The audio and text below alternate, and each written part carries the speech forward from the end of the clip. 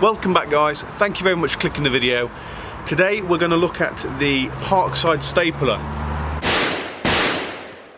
Now I have already done one of these videos, but it was at the beginning of the channel, so I feel like it's quite poor. So I feel like I've got to improve on it, and I owe it to Parkside to do a better review.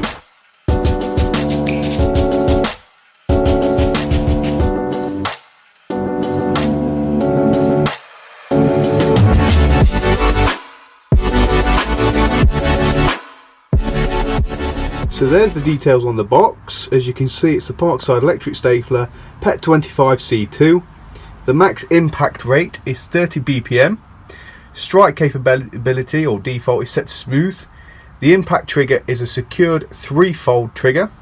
And what's included in the box is 500 staples at various sizes. So this is the box. As you can see, it's quite old because I do leave the box in my shed. It's just wrapped up in the back of my van like that in my toolbox. So in the box you do have, I have bought additional staples there, but you do get the standard ones with it. So let's give you a demonstration, shall we?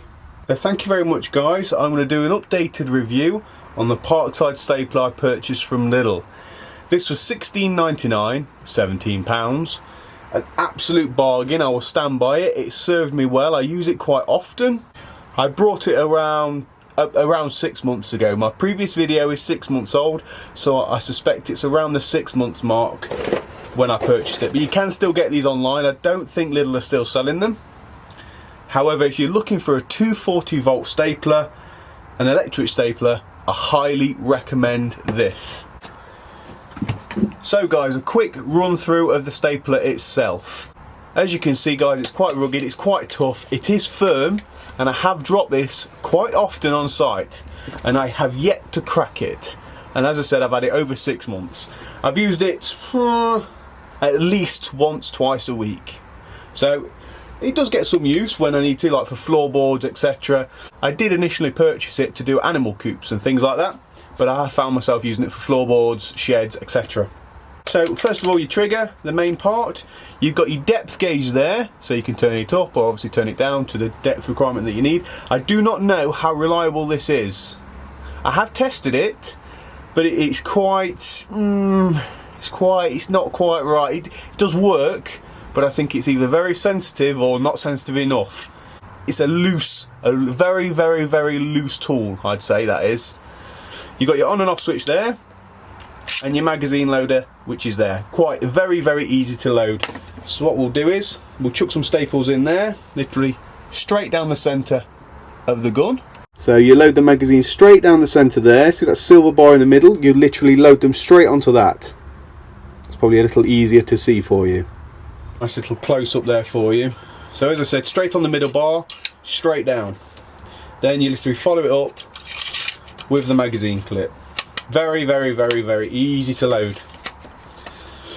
There we go, that's in place.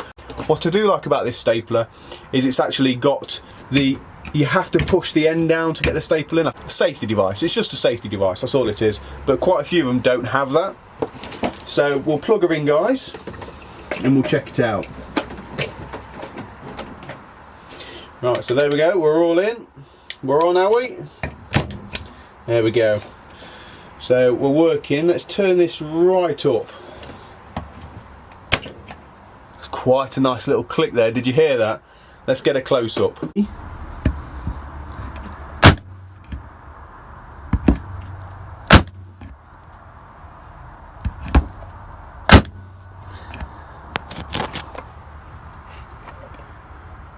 Quite good. I mean, this is quite rough wood, this is. Very, very hard wood. So we've done quite well to get that. Now what we'll do, we've got the wood there. I'll just flip that over so we've got a nice plain surface. We'll get a bit of board, and like I would normally do with floorboards, we will just staple this down. Obviously not using staples, I would use brads, but this is just staples for an example. Quite good. The first one was a bit rough, look. That was quite a bit dodgy. And they do leave quite a little scorn mark, as you can see. So if you're going to use this on polished floors or nice floors, I'd either spend a bit more money and get a better staple gun, or just be very careful. So we're going to unplug her, guys. There you go, there's the staples out. We're going to load the brads now, which are obviously just your regular nails, which I would use for floorboards. You load them down the right hand side of that silver partition that I've shown you. Okay, so down the right hand side, you've got a little clip at the top, so you can't really go wrong. Then you just reload your magazine clip and you're ready to go. Let's plug her back in. Safety first, guys. I should be using gloves, I agree, but I'm at home, it's Sunday. You know how things are with the family. It's a bit of a nightmare, so I've got to rush this video out. So let's give it a go. Perfect. Not too bad though. Oh, there's one there. Let me do another one.